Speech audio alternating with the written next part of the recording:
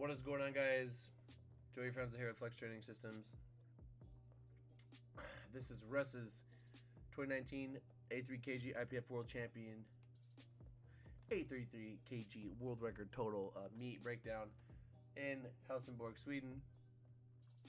Just going over his lifts, taking it straight from his meet video. If you guys want to watch the full thing and hear actually what he's saying, put the link down below. I believe this is the warm-up. Yeah, this is the warm-up area. I am somewhere on his right shoulder. I'll probably pop up here in a second. But yeah, that's not important. What's important is his lifts. Russ had the best prep of his life. With you know, you guys clearly saw in training coming into this meet that he was on point. We had a whole year of injury-free training. And when you get a whole year in, you know, some crazy stuff can happen. He did way better, just staying healthy and kind of just understanding what I want from him more, and understanding, you know, the things that we're looking for in training, and how, you know, how to treat each training day during the different phases, how to understand, you know, his recovery, and how to better prepare for, you know, the things that we need to get done on the platform. And by the way, the music in the background of this video is, I literally just typed in like royalty-free hip-hop. Speaking of hip-hop, he's dancing right there. But anyway, oh, shout out to Sean right there in the bottom right. Anyway, these are just warm-ups. I figured I'd show these so you guys could kind of see the jumps that he takes, and talk to you guys a little bit. So like I said, he had a great prep. We're very confident coming in. But I think more importantly than all of that, I mean, all that shit's obviously important, but we were very chill. You know, it's like when you treat Worlds like a local, everything just kind of clicks. We're very chill. We're hanging out, you know, 2 days before and the day before, checking his weight. We actually got Chinese food, I think it was on Tuesday, and he lifted on Thursday.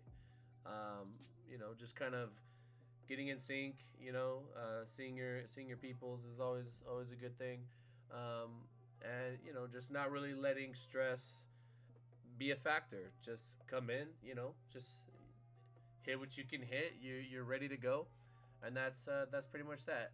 At this part of the video, I was actually talking about his singlet, and I believe in this part of the video, I said, you know, I asked him which one he wanted to use, and I think he said, you know, he ended up putting on the SBD. But then I was watching some of his, like, I was recording his warm-ups, and I was like, you know what, man, let's just get back at the Titan. The reason for this, I'm going to pause it here, or maybe a little bit more aesthetic of an angle. The reason for this is because the Titan singlet, all right, I feel you guys can see, yeah, you guys can see my mouse, right? So when you squat down, this part right here where it gets kind of crinkly, on the SBD singlet, it's because it's a clothy material, almost like a t-shirt. You know, if you think maybe like basketball shorts or something like that, it's gonna form to your body, but to an extent, not to the same extent as like the Titan. The Titan is very like elastic. I would say it's as elastic as it could possibly be without being considered, like, without, like, you know, truly supporting you and being considered something else. So the reason why we wanted to switch is because I wanted to have that Titan singlet kind of pull down his hip crease to make it appear lower. Also, sometimes in the black singlet, things can kind of get lost, you know, lost down there, lost in the hole. I don't really know how to kind of say that, but basically for the type of squatter that Russ is, we want to hide, you know, any potential, you know, because he hits depth very quickly, right? He'll hit the hole and he's only there for a split second. So sometimes in the black singlet, it's hard for them to see, so they usually give the benefit of the doubt to the lifter. And the SBD's got like multicolors on it. You know, we don't want any of that confusion going on. We don't want that playing against us and things like that. So I just said, you know what, run the black singlet. It'll pull that hip crease down. It'll give us the best, you know, possible chance. And obviously it worked because he got all his squats. So that was my reasoning for keeping him in the Titan. That's also what he's been using. so I didn't really feel comfortable. Like, you know, switching his singlet for a lift is important at squats. Um, Squats are like, you know, it sets the momentum for the rest of the meet. You can't, if you fuck up squats, you're screwed. I mean, mentally, if you're not tough. I mean, a lot of people, you know, they can miss their squats and come back. Um, Actually, Russ missed his third squat. We jumped 7 kilos, and he missed his third squat at Nats. Um, he's lifting 7 kilos more than that attempt that he missed at this meet, and he got it. You know, so, and it's an Alico bar, which is not what he's used to using. So these are all good things. So I'm gonna let it run as I continue to provide commentary. Um, but you know, that's another thing. You guys see Russ do that little, you know, he kind of beats his chest, and he has like a little routine that he does before he comes out. That is, you know, we're all the way out in Sweden. We're literally on the other side of the planet. Doing things like that, making sure that you have your routine during your walkout and stuff like that. It's just gonna help bring you back down to earth. It's gonna make you feel at home, make you feel, you know, like you got this. This is easy way for you, and that was obviously, you know, easy way for him. It didn't look as fast from the front when I'm watching it here as he does in the gym with that weight, because, like I said, this is an Alico bar. He's not going to get the same kind of momentum as he is on this Alico versus back home. But, you know, if you stay tight and you have great control, you're going to adapt. You can kind of adapt on the fly. Usually the body will adjust by the time you're at your third attempt. It'll kind of figure out what you're trying to do. Also, the more weight that you put on the bar, the Alico is going to start to behave more like an Ohio bar with pounds on it, just because of the physics of it and, you know, stuff like that. There is a little bit of bend going, and he's a very lean, narrow dude, so he's gonna put all of his force. I want to see that one more time because I have a thought that I want to share. But yeah, all of your force, like if you have a very strong lifter that's like super narrow and they're in the center of that bar, it's gonna bend more versus like a big wide dude. My body wants to burp, but I'm not letting it. Anyway, yeah, this was his second attempt. Super easy. We took a safe jump. I think the reason why his third was harder than, you know, I would have had anticipated after this is just because he went super deep. He went like exponentially deep. You know, and that's just, you know, me right there telling him he's done this weight before. He's literally done 20 pounds more in the gym before. You know, 710 in the gym at like RPE 10, and then, you know, 690 after a weight cut, Alico bar. You know, everything is just like more legit here, so we can anticipate that kind of strength loss. That's why I just try to make people as strong as they fucking possibly can be, so that after a cut, they end up still being much higher than, you know, where they were last time. So really, really proud and happy with this squat. This is a number that we really wanted to get in there. He stuck with it. He didn't quit. He stayed tight all around. I just want to make note, and this has been something I've been stressing with all my lifters as of late, is like just control in the squat, right? I try to be a good squatter. I try to demonstrate good control. You know, here he is. He controlled that. He sunk it, and he was strong enough to muscle it up. Got it done. I didn't really see him break down too much. You know, when you're that jacked, you're just gonna be able to, like, your stability is gonna be nuts. I was super, super happy with that. Clearly, as you guys can see, we really needed to get that to kind of keep the momentum going. And, you know, like I said, squat is the momentum builder. You got to hit your squats. If you hit your squats, that's going to get your mood high. Everything's going to be good to go. And, you know, bench is kind of easy mode. And then, you know, at meets like this, you just kind of pull what you need to pull to make sure you get the dub.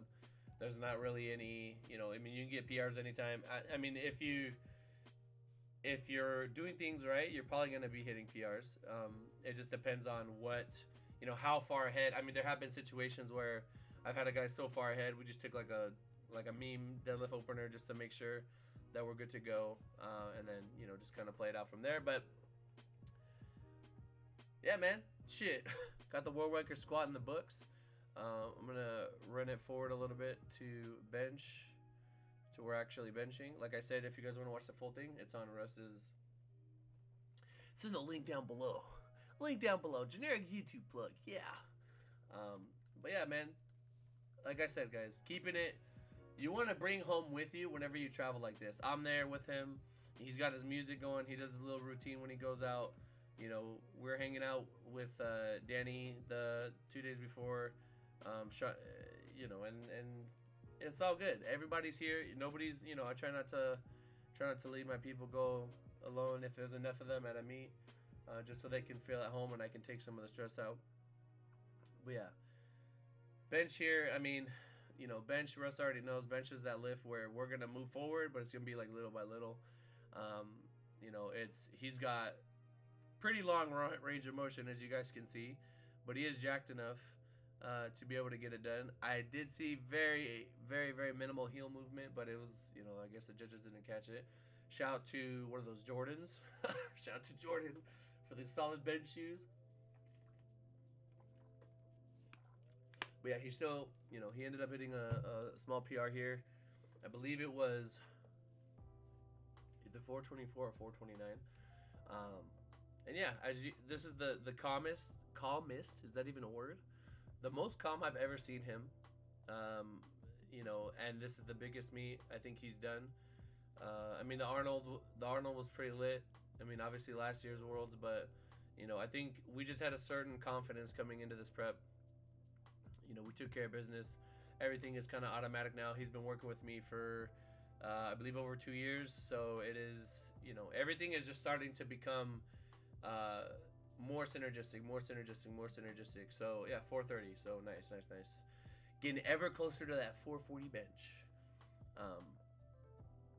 But yeah, the longer, like I've literally been saying this for like 5 years. The longer you stick with your coach, as long as they're competent, and you guys are on the same page, your goals are gonna start to become intertwined, and you're gonna start to move forward, you know, together, and you're gonna reach a level of just like coach lifter relationship that like I can't even write it. Like I don't even know how to describe it. It's just like it's intangible. Intangible is a word I've been using a lot this year. It's something that I can't write it down. I don't know how. I'm having a hard time just telling you guys what it even is. It's just you just reach a level where everything kind of clicks, and there's nothing you can't overcome. You know, there's nothing you can't achieve. So, 430 bench, you guys saw that there, very, very smooth. And now at this point, we're coming into deadlifts. I haven't really talked much about what Gibbs was doing. He ended up missing a bench because his arms weren't soft, and then he had a racket, and then he had to take it out again, and then it just looked like it was very hard. The way Brett benches, it looks like he uses, you know, a bit of a sink, and timing is really important. And, you know, timing was definitely off that day with that whole on-rack, re-rack thing. But when he came back on his third, they tried to get him for that again. But I think the timing of his press command and how he was pausing the bar in his chest and things like that is much more in line with what he was used to in training. It seemed. Again, I don't. You know, I see Gibbs's lifts here and there. I don't really know this is just from an outsider perspective. But he got it. He got his 210 bench, so that keeps Gibbs in the fight.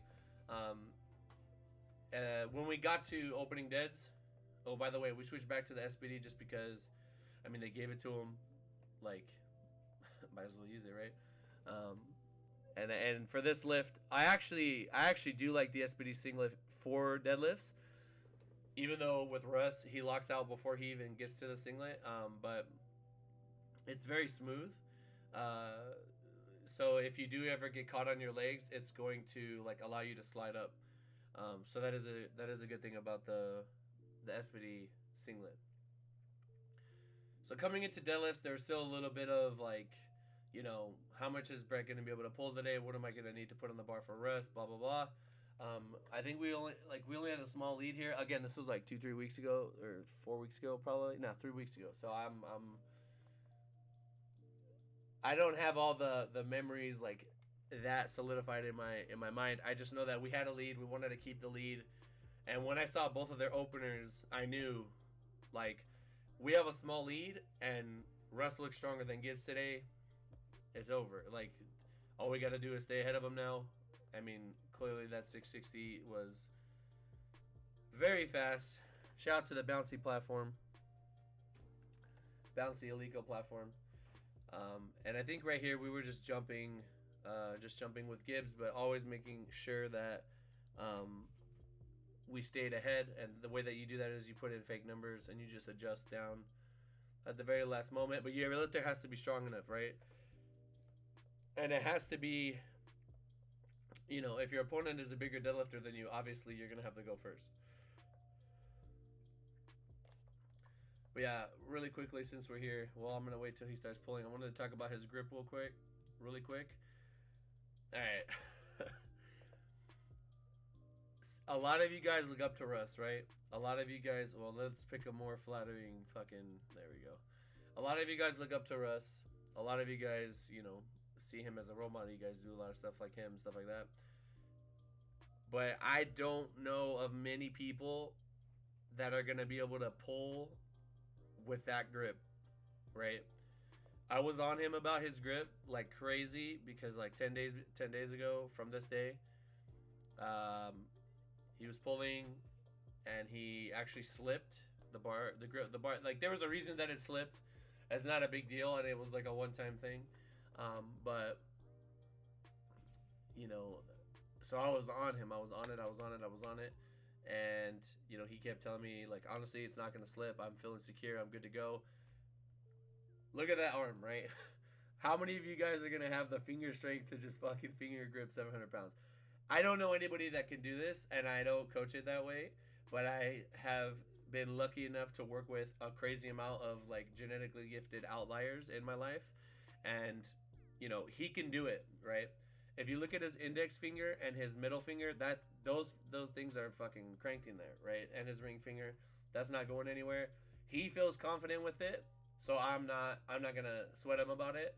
And he got every single thing that I put on the bar. Everything that we put on the bar, he lifted it, he held it. There was no doubt.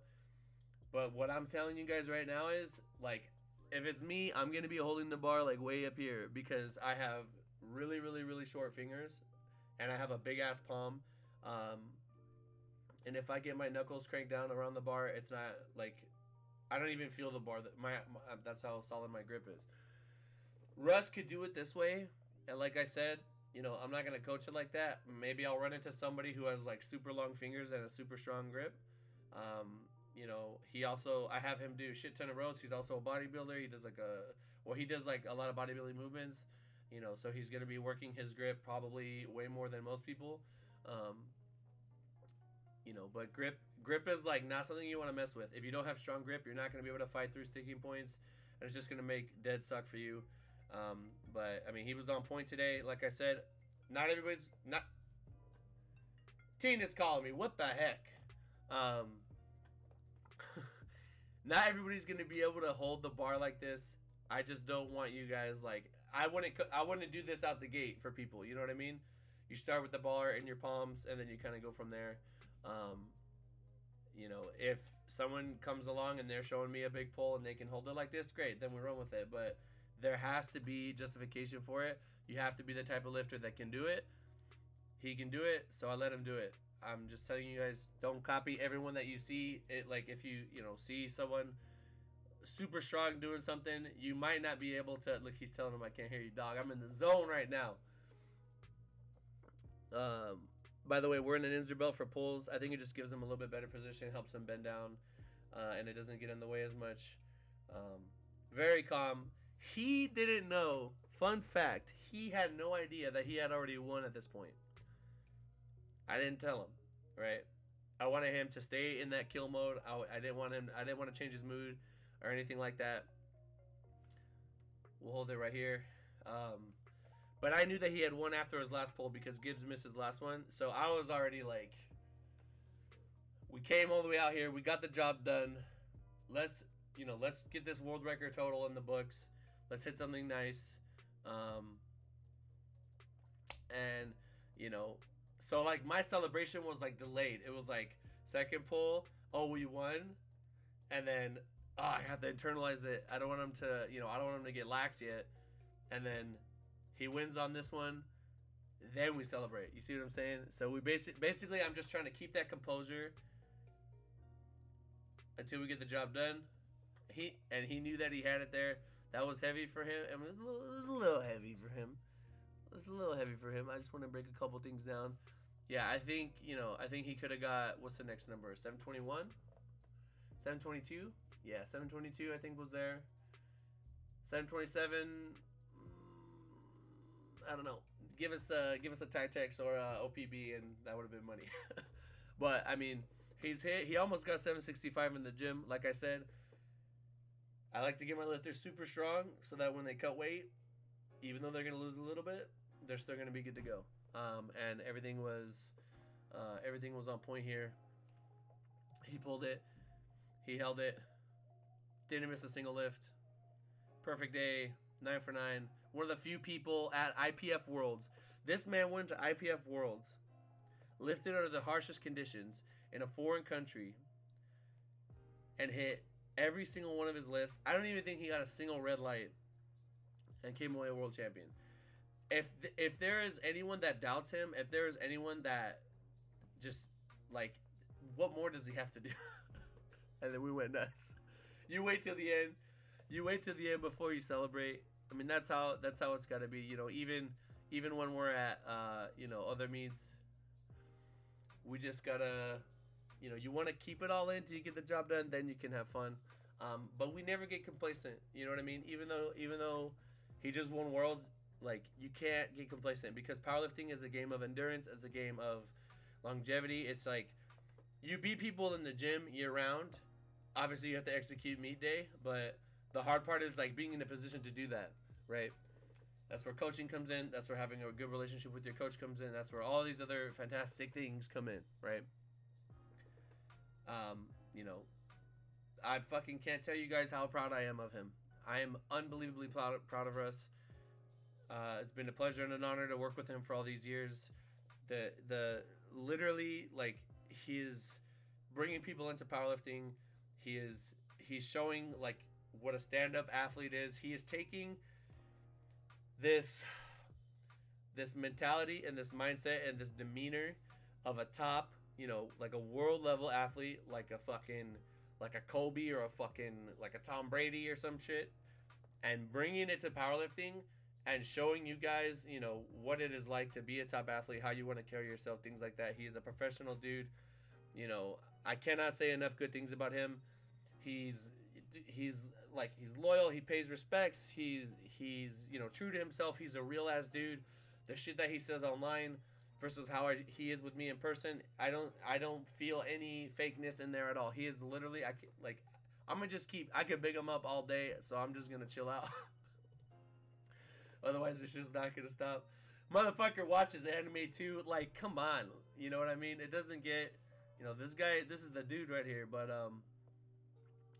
if you guys want to hear what I'm saying, like I said, it's on his YouTube video. Super proud of him. IPF World Champ, 83.3 kg total.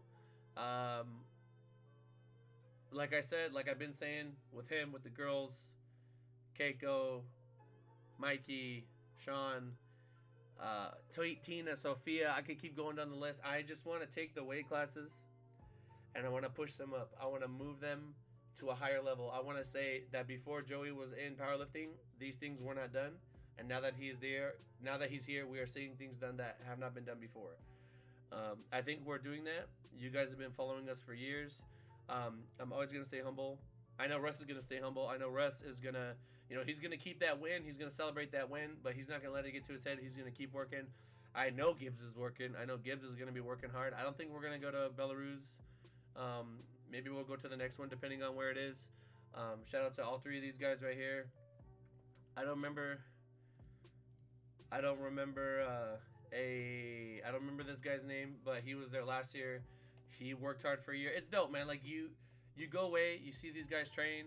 Everybody's in the trenches. Everybody's doing their thing, and you shake it up, and then you come back next year and you square up. And even though you guys like to pit these two together against each other, they're, you know, they respect each other, right? They are the best in the world at what they do, and you can't hate on that. I don't care if you like Russ or not, you like Gibbs or not. People can say what they want to say, poke fun, whatever. Like, they're doing what people wish they could be doing, right? You cannot hate on that. You have to give them the respect where it's due. And that's pretty much it, guys. I hope you guys were able to get some insight to what was going on. It was a very awesome experience for everyone. I had a lot of fun. I love Sweden. That place was awesome. It was super clean, and I got to ride scooters, and you know, everybody was really just suspiciously nice. But it was super dope. It was super dope, man. I wake up, you know, the other day, I was walking in the bathroom, and I was just thinking to myself, man, like, I get to live a fucking dream, man. I get to coach, you know, some of the best lifters in the world. I give them everything, and they give me their 100%, and we are able to do stuff like this.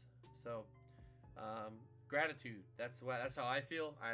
You know, I'm sure you guys saw Russ's video. You saw his thoughts on it. And I'm not sure how long this video is. I'm about to check, but I'm sure it's mad long. I'm gonna just keep it here. Thank you guys so much for watching.